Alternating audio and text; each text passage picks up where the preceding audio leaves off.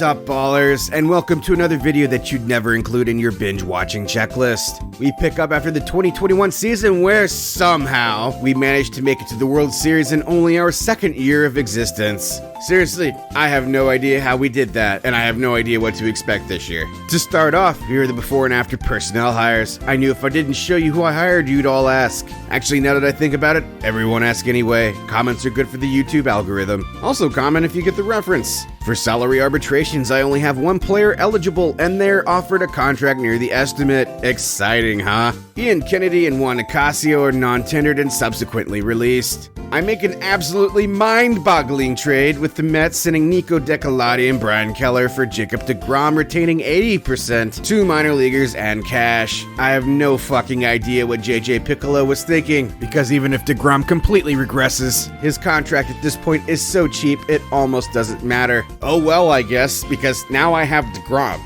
From now on, you are mine. Next trade is with the Blue Jays, sending Tommy Bergjans and a minor leaguer for Lourdes Gurriel Jr., retaining 65% and a minor leaguer. This was a low-impact trade all around, and I might be able to trade Gurriel later on. Next up, the Astros send George Springer, minus the trash can, retaining 40%, and Tyler Ivey. I have no idea how I'm getting so lucky with these trades, but I am hardly complaining. Back to the Mets, I send JB Bukauskas and Alexander Guillen for Tyler McGill. Honestly, a pretty even trade. Lastly, a trade with the Padres, sending Eric Marinez, Lucas Erceg, and a minor leaguer for Matt Strahm, retaining 45%, and a minor leaguer. Strahm is kind of a wild card, but I'm willing to give him a try. To prepare for the Rule 5 draft, I add Liover Peguero and Oswald Peraza to the 40-man roster. As we progress through the offseason, we discover that I've been named Manager of the Year, Andres Munoz was named Reliever of the Year, Jeter Downs received the Great Bat Award, and Andrelton Simmons won the Great Glove. These things, they don't mean anything. Wow. That's some good weight. We reached the free agency period, and here's some of the available talent we have to choose from. Somehow, we're back to screen turns. Why wasn't it like this last year? Craig Kimbrell agrees to a 3-year deal worth $21 million. He might regress, but meh. Ken Giles agrees to a 2-year deal worth $9 million. This was designed to be a trade chip if he doesn't pan out. Lance Lynn agrees to a 3-year deal worth $21 million. I don't particularly like Lance Lynn, but I've never used him in this game, so I guess we'll see what happens. For the Rule 5 draft, I pick up Anthony Garcia. Taking a look at his ratings, he might be an interesting depth option. We do have 27 men on the roster now, so we should have room for him to sit on the bench. We reach spring training, and Jacob deGrom is out for 6 weeks, and Marshall Kozlowski is out for 10 months.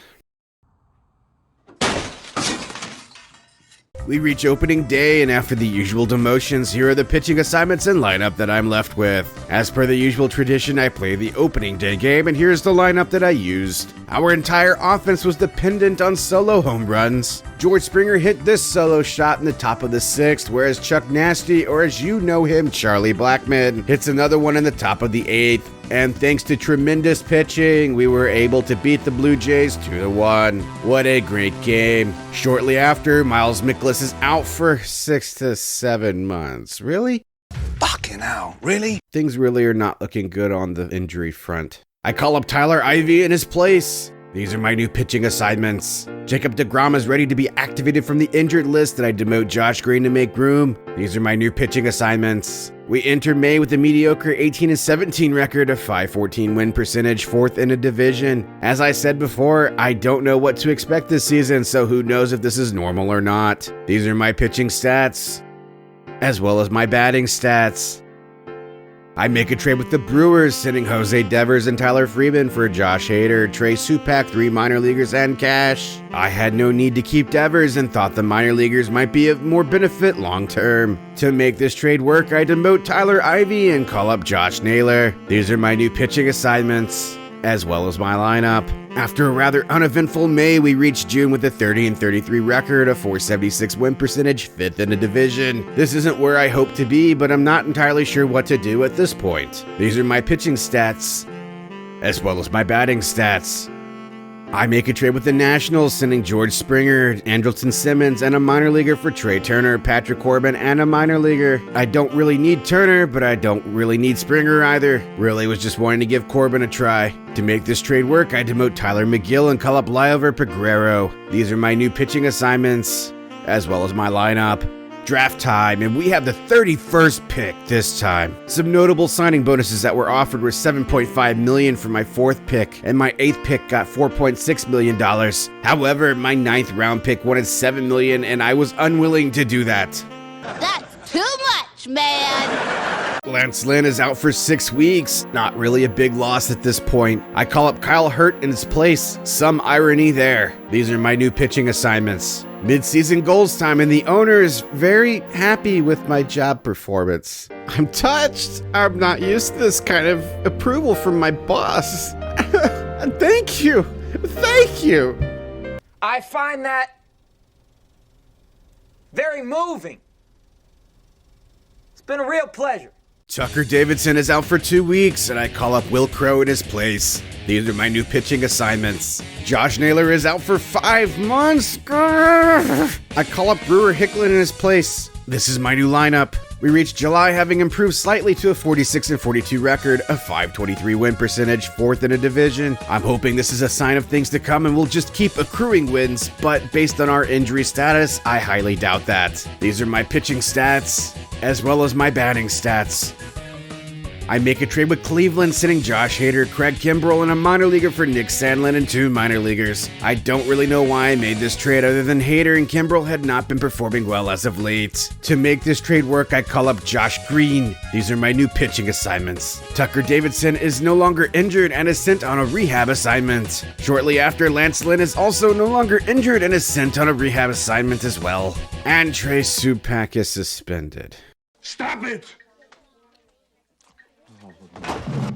I make a trade with St. Louis, sending a minor leaguer for Kenley Jansen and a minor leaguer. The minor leaguer I sent wasn't even that good, so this was basically a freebie. To make this trade work, I demote Will Crow. These are my new pitching assignments. I make another trade, this time with the Phillies, who send Marcell Ozuna, retaining 95%, and a minor leaguer for Trey Turner and Brewer Hicklin. I'm not really big on Ozuna, but Turner was really just a waste of a roster spot because I did not need him. To make this trade work, I call up Tristan Casas. This is my new lineup. We enter August roughly in the same place with a 60-57 record, a .513 win percentage, 4th in a division. At this point, I'm getting used to hovering around 500. These are my pitching stats, as well as my batting stats. I make no roster moves at this time. Taking a look at Futoshi Akutagawa, he is by far our best pitcher this season, sporting a .338 ERA, .261 BABIP, .147 ERA+, and 2.7 wins above replacement. These aren't exactly superstar statistics, but still pretty good.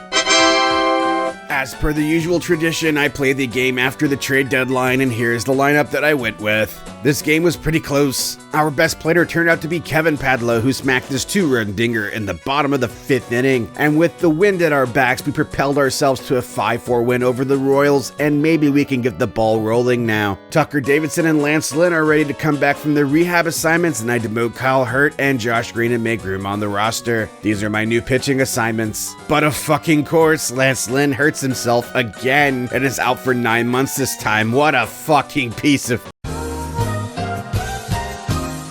I call up Josh Green to replace him. These are my new pitching assignments. Chuck Nasty is out for 4 to 5 weeks, and I call up Oswald Peraza to replace him. This is my new lineup. We reached September with a 74-72 record, a .507 win percentage, 4th in a division. Our playoff hopes have all but diminished, but we still might end up with a winning record at the end of the season. These are my pitching stats, as well as my batting stats. For roster expansion, I call up Tyler Ivey. We only get to call up one person because our normal roster was expanded to 27 players. This is my new lineup. Chuck Nasty is no longer injured, and I demote Tristan Casas to make room on the roster. This is my new lineup. We end the season barely hanging on to a winning record and end at 82-80, a .506 win percentage, 5th in the division. Rather disappointing to end this way after the Cinderella story last year, but I guess we had to turn back into a pumpkin sometime. These are my pitching stats to end the season, as well as my batting stats.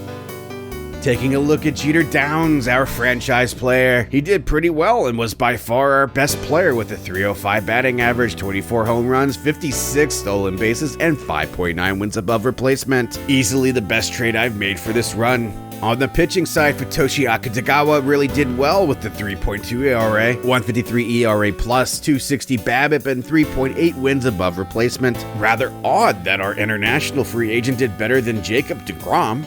It doesn't make any sense.